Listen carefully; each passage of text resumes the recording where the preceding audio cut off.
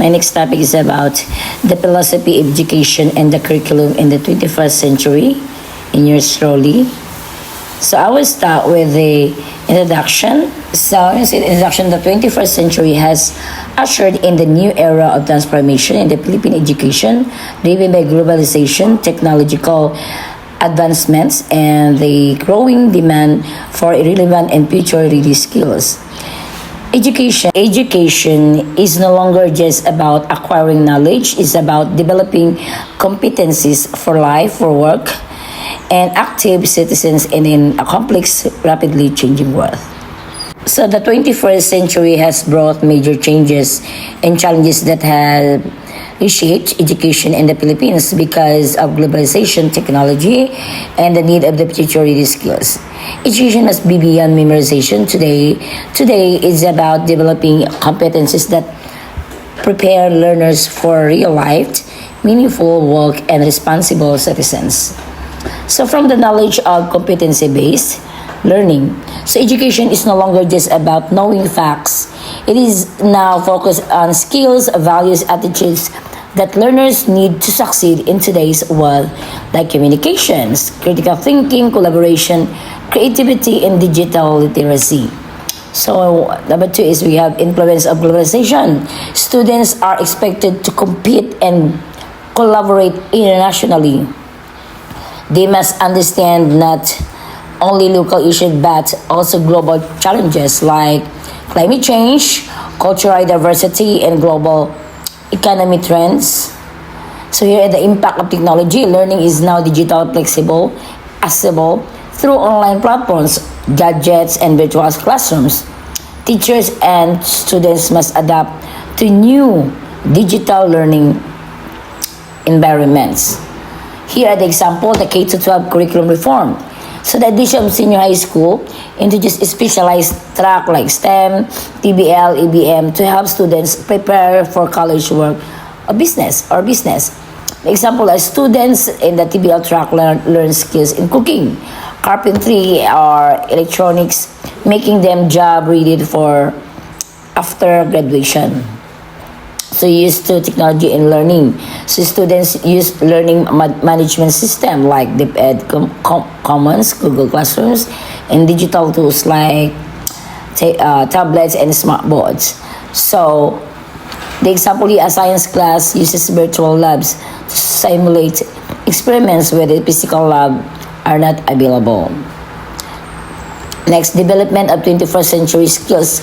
Class projects now involve group collaborations, presentation, problem solving, and real-world application. Example, students create a campaign about environmental conservation, combining skills and research design, public speaking, and teamwork. So the other one is the global awareness and active citizenship. Schools include topics like sustainable development goals and climate action, encourage students to act on global issues. Example, a high school organizes a tree planting drive and recycling campaign as part of civic education. And the last one is the lifelong and flexible learning programs like the ALS, the alternative learning system, and online college courses allow people of all ages to keep learning. Example, an out school youth completes high school through ALS while working a part-time job. That's it. Here are the philosophical orientation of 21st century Philippine education. The first one we have progressivism. When you say progressivism, education focuses on learner-centered approaches. So students learn by doing through critical thinking, problem solving, and real-world application. Teachers act as facilitators rather than knowledge transmitters. So when we say progressivism education is a modern educational philosophy that puts the student at the center of the learning process. Instead of just memorizing facts from the textbook, learners are encouraged to actively explore, ask questions, and solve real-life problems. The goal is developing critical thinking, creativity, and lifelong learning skills. The one here is the learning-centered approach. So in education based on the needs, interests, and experiences of the students, Learning is an active, not passive. Students are encouraged to explore and discover knowledge on their own, guided by the teacher. Number two, learning by doing. Progressivism emphasizes that hands-on learning where students engage in experiments, group and project field work in the real world tasks. Number three is the role of the teacher as a facilitator. Teachers are not the sage of the stage, but the guide of the side. They provide directions as open-ended questions and support in students and constructing their own understanding. So we have the example here, project-based learning, PBL. Students work in groups to create a community recycling program, integrating lessons from the science, waste management, math, data tracking, and English, presenting the plan. This encourages critical thinking, teamwork, and real-world problem solving. Number two, we have inquiry-based science experiments. So instead of being told that parts of the plant, students observe, ask questions, and dissect plants to discover the label the parts of themselves. They learn through investigation and discovery. Now, next is the role playing in social studies. During lessons on a government, students simulate debate in Congress, taking on the roles of senators, activists, or citizens. This promotes civic awareness and communication skills. And number four is students created content. In Filipino and English class, instead of writing an essay only, students create a podcast or short film to express their ideas on social issues. This builds creativity and connects learning to modern tools. Number two, we have here constructivism. Knowledge is actively constructed by the learner. Emphasis on collaborative learning, reflection, and discovery. Learning is contextual and personalized. Constructivism in a learning theory that says students build their own understanding of the world through experience, reflection, and interaction instead of just receiving information from the teacher. Learners actively construct knowledge based on what they already know at what they discovered. So the number one is the knowledge is actively constructed by the learner. Learning is not just absorbing facts. Students make sense of the information by connecting and their prior knowledge and experiences. They are active participants, not passive receivers. Number two, we have here the emphasis on collaborative learning, reflection, and discovery. So students often work in groups, share ideas, and learn from each other. They are encouraged to ask questions, investigate, and reflect on their learning process. So learning involves trial and error, exploration, and self-corrections. Next, number three, we have the learning is contextual and personalized. Learning activities are connected to real life situation and students' interest. So every learning is unique to teaching. Teaching is adapted to fit the individual learning styles and needs. For example, here we have group investigation science. Students explore the questions why do some materials float and the others sink. They taste different objects, discuss their ideas, and draw conclusions together. They discover scientific concepts through experience and teamwork. So number two, we have math problem solving using real-life scenarios. Instead of solving equation from a textbook, students are asked how much would it cost to repaint your classroom walls. This is the example. They measure estimate cost and create a plan. This connects math of real life and promotes critical thinking. Number two, we have learning journals or reflection logs. So after lessons or project, students write or talk about what they learned, what confused them, and what they want to explore next.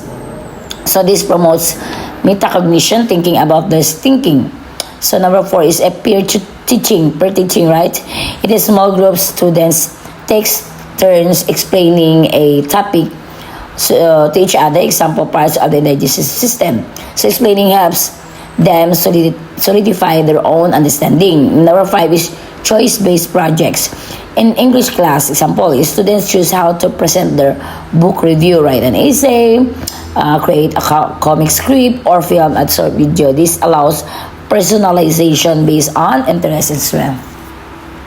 Number 3, we have pragmatism. So education is seen as a tool to prepare students for real-life situations, focuses on practical skills, adaptability, and lifelong learning. Pragmatism, it means a philosophy of education that emphasizes learning through experience and usefulness. It sees it sees education as a practical tool to help students succeed in real life situations, not just in school. The goal is to prepare learners to be adaptable, skilled in lifelong learnings, who can thrive in constantly changing world. So education as a preparation for real life.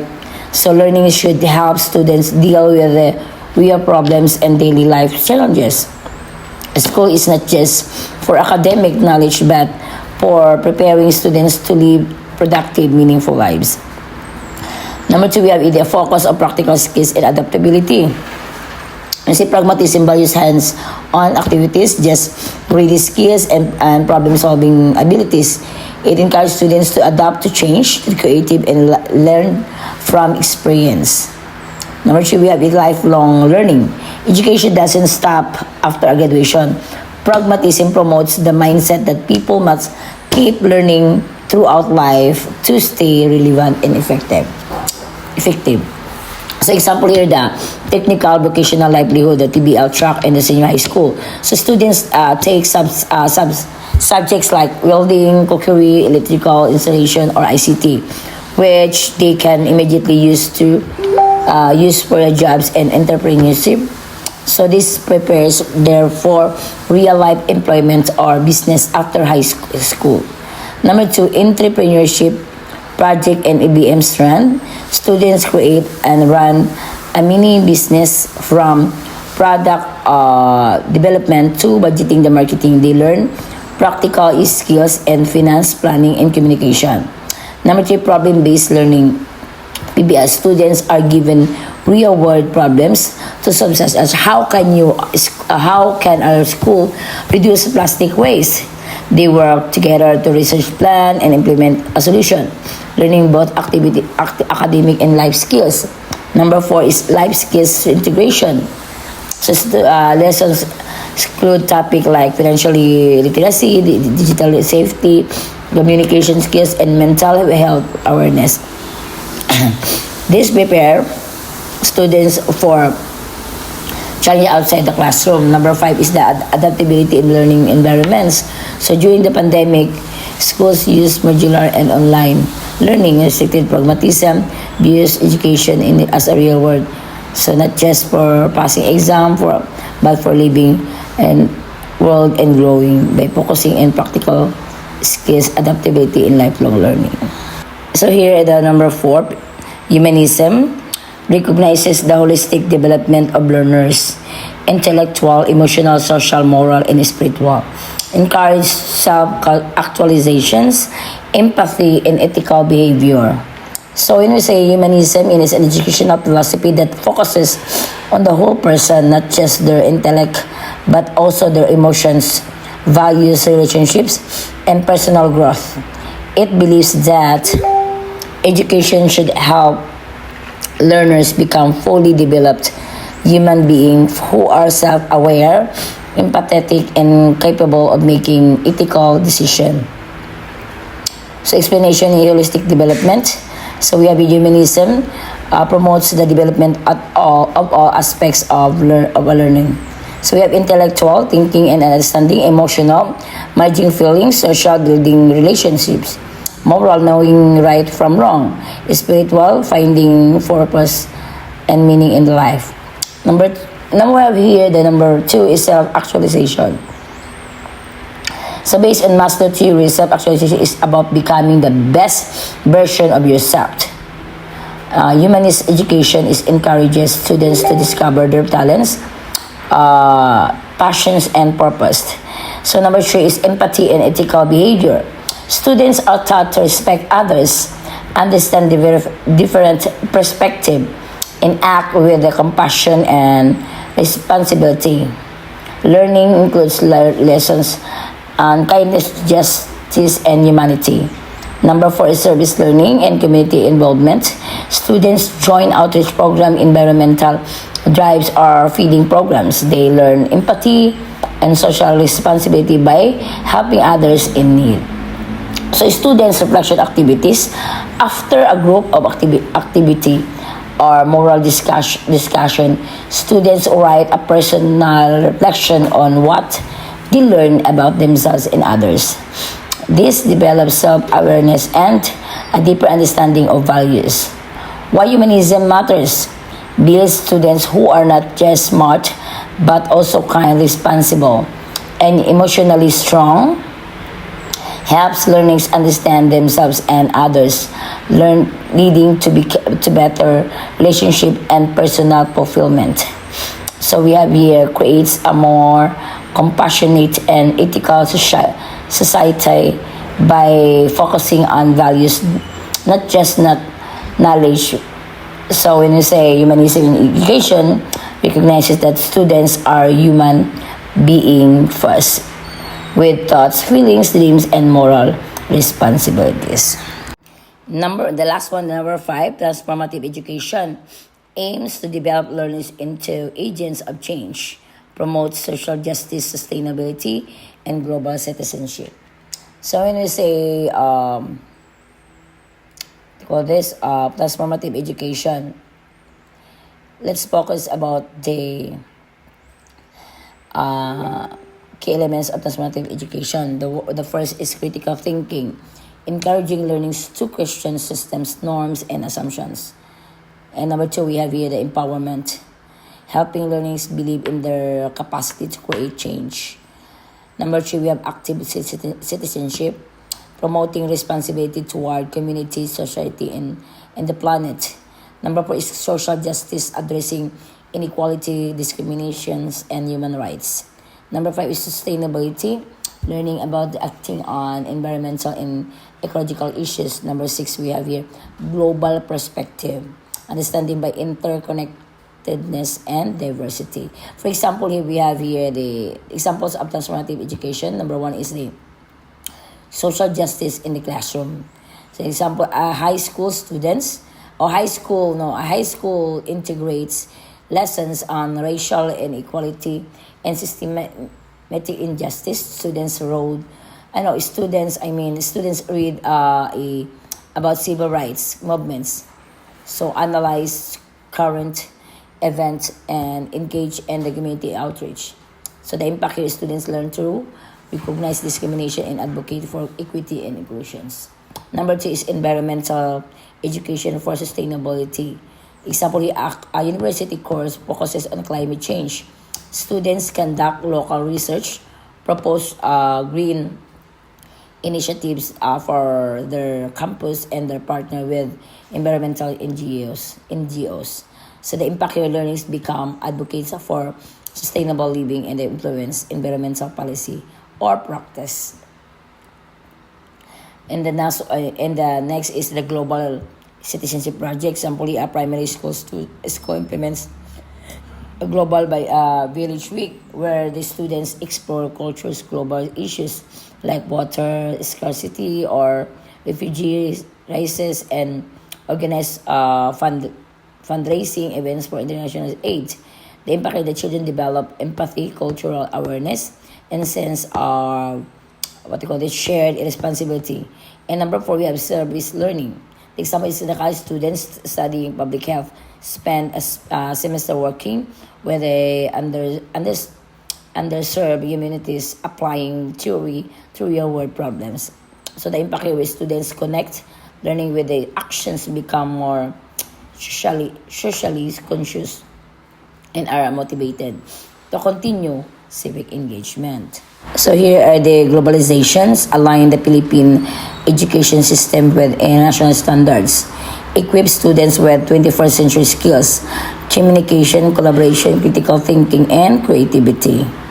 So when we say Philippine education, we have alignment with the global standards, making sure students meet international benchmark and literacy, math, science, and technology. So the 21st century skills develop communication, expressing ideas clearly in various formats and languages, collaboration, working effectively in teams, both locally and globally, critical thinking, analyzing problems and making informed decisions, creativity, developing original ideas and innovative solution. For example, here of globalization in Philippine education is the K to 12 curriculum reform. So the Philippine expanded basic education from 10 to 12 years to match its national education system. So the impact of the Filipino graduates are now more aligned with global qualification, making them more competitive abroad. Number two, we have English as a medium instructions. The explanation in English is widely used in the Philippine schools, especially in science and math. So the impact is students can study, work abroad more easily and access global knowledge resources. Number three is integration of ICT in classroom. Example is schools adopt digital tools like Google Classroom, Zoom, or coding programs. And the impact here is students learned to use technology effectively, preparing them for digital careers. Number four, participation in national assessments. So example, the Philippines joins programs like PISA. PISA means to measure how Filipino students perform globally. So the impact here helps students help identify areas for improvement and aligned teaching strategies with global trends. So in number two, we have here the technological advancements. So again technology advancements. So integrate ICT in education to improve access, quality, and efficiency. Prepare students for the digital economy. So when we say technology advancement in education, refer to the use the modern digital tools and systems like computers, the internet, and the educational apps to improve teaching and learning.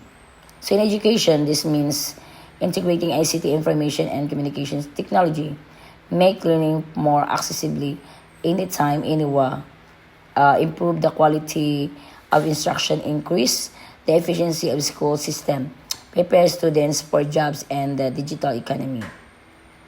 Here are the goals of ICT integration in education. Number one is the access, reach students in remote areas through online or blended learning. The quality, use multimedia simultaneous and real-time feedback to improve understanding. Number three, efficiency, to automatic adding attendance and number four, we have here digital readiness, equipped students with skills needed for technology-driven jobs. So the example of technology advancements and Philippine education. So number one is online and modular learning during COVID-19. So schools used to online platforms like Google Classroom, Zoom, and LMS. So the impact here is allowed to continue learning despite schools closures and taught that students based on tech skills. So number two, we have here the Ed Commons, an online platform launched by the Department of Education to provide pre-learning resources to students and teachers. So the impact is increased access to quality educational content nationwide. Number three, we have use of educational apps and software. Example, the apps like Paper, Kahoot, or Enmodo are used in the many schools. The impact makes learning interactive and engaging while building digital skills. Number four is coding and coding and robotics in schools. So the explanation is some schools are now teaching basic coding, robotics, and STEM using computers and hands-on skills. So the impact here, we have here the preparation students for future careers in tech, engineering, and innovation. The last one is the TV and radio-based instruction. Sample is the TV and DG programs deliver lessons to students without internet access. So the impact ensures inclusive education through technology even the remote poor areas. Next, number 3. So workforce development. So we have addressed mismatch between education, outcomes, and labor market needs. So focus on technical vocational education, entrepreneurship, and STEM. So when you say technical vocational education training, Tibet like that. Practical job ready skills for trades and industries like building, automotive, cooking, IT, etc. Number 2, we have entrepreneurship education. So teaching students how to start, manage business, become self-employed, or create jobs or for others. Number 3, STEM educations. So focus on science, technology, engineering, and mathematics to prepare students for high demand, high paying fields. So we have with the TESDA. So when we say the TESDA, Technical Educational and Skills Development Authority, so offers free textbook training and certification in fields like welding, caregiving, automotive, and IT. Right? So the impact here, we have helped out school youth and workers gain employable skills and find jobs locally or abroad. So senior high school, the CSH track or textbook and STEM.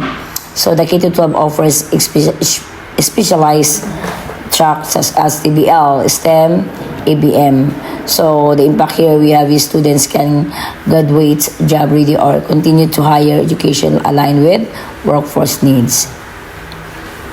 Number 3, start up grants for young entrepreneurs. The example here, we have the programs that support students and starting small businesses after completing entrepreneurship training. So the impact encourages employment and innovation among the young. Number 4, industry academic partnership. So example, schools partner with the companies for on-the-job training. So the impact here, we have give students real-world experience and increased chances employment after graduation. And the last is the STEM Scholarship and Innovation Hub. So government and private institution offers scholarship for STEM courses and build research centers, innovation labs. So the impact here encourages more students to enter field like engineering, data sciences, healthcare, and technology. Next, we have the equity in access. So reduce educational disparities across regions and sectors. Support and exclusive education for indigenous peoples, persons with disabilities, and other marginalized groups. So equity and access in education means ensuring that all learners, regardless of their background, location, or ability, have equal opportunities to receive quality education. So reducing disparities between urban and rural schools, rich and poor communities, providing support for marginalized groups such as providing support for indigenous peoples, persons with disabilities or PWDs, surgery in the conflict-affected or remote areas. So here are the examples in Equity Access Initiative Philippines. The ALS, Alternative Learning System. So explain a flexible education program for out-of-school youth, working adults, and others who miss formal schooling. So number 2, we have here indigenous people, so our IP program, a DepEd initiative that develops cultural relevant lessons, teaching methods for indigenous peoples. So the impact here respects indigenous identity while improving literacy and access to education in their communities. Number 3, we have inclusive education for learners with disabilities. Example, public school with SPED programs and assistive technology. Example, rare books, sign language interpreters. So the impact is allowed to children with disabilities to learn alongside other students and reach their full potential. And then number 4, we have school-based feeding program. So provides free meals to malnourished to undernourished students in public schools. So the impact here improves students' health and encourage attendance, especially in poor communities, And the last one is the last My School program. The aims to improve facilities and access in far-flung underserved areas. Example, solar powered classroom teacher deployment. So the impact here we have brings quality education to geographical isolated and disadvantaged areas. So we have here the curriculum reforms and innovations.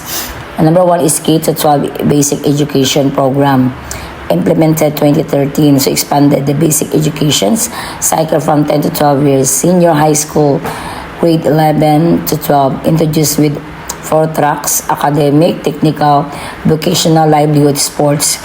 Art and design emphasizes holistic development, career readiness, and lifelong learning. In number 2, we have here the 21st century skills integration. The one is critical thinking and problem solving, communication and collaboration, information and media literacy, life and career skills, ICT proficiency. So the number 3, we have here the mother tongue. So the mother tongue based multilingual education. So we have here the uses the mother tongue as the medium of instructions from K to 12 to grade 3 and strengthens early literacy and identity information. Here are the number 4, the spiral progression approach. So concepts are introduced in increasing complexity from grade to grade, and then we have here ensures continuity and deeper understanding over time. The last one, we have the inclusion of contemporary issues. Curriculum includes climate change, disaster risk reduction, gender sensitivity, digital citizenships, and mental health awareness. That is the last one. Now I will proceed to implication of 21st century philosophies and reforms. Number 1 here, for learners, empowered to be critical thinkers, innovators, and lifelong learners, equipped with skills for global competitiveness and local responsiveness.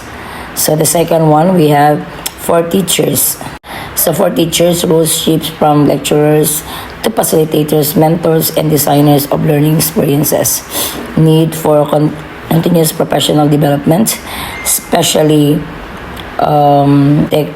integration and pedagogical innovations. So let's proceed to number 3.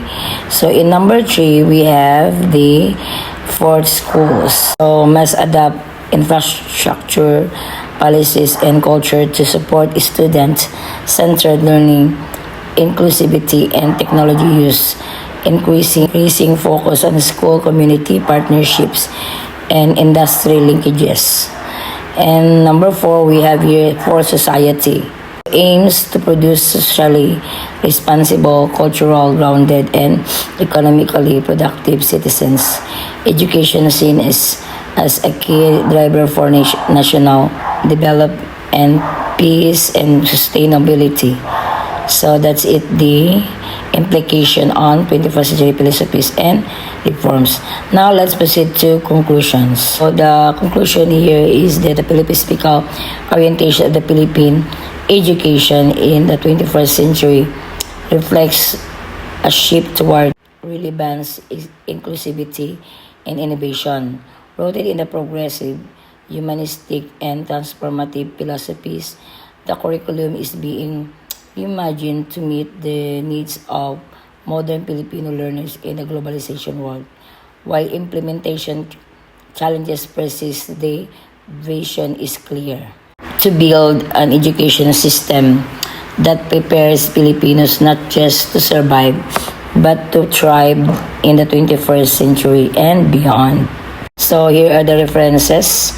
So the number 1, Department of Education DepEd K-12 Curriculum Guide, Republic Act number 10533, Enhanced Basic Education Act of 2013, UNESCO 21st Century Education Framework, DepEd Orders and Memoranda 12 in 2013, and CMEO Inotech Reports of Philippine Education. So once again, this is my last topic.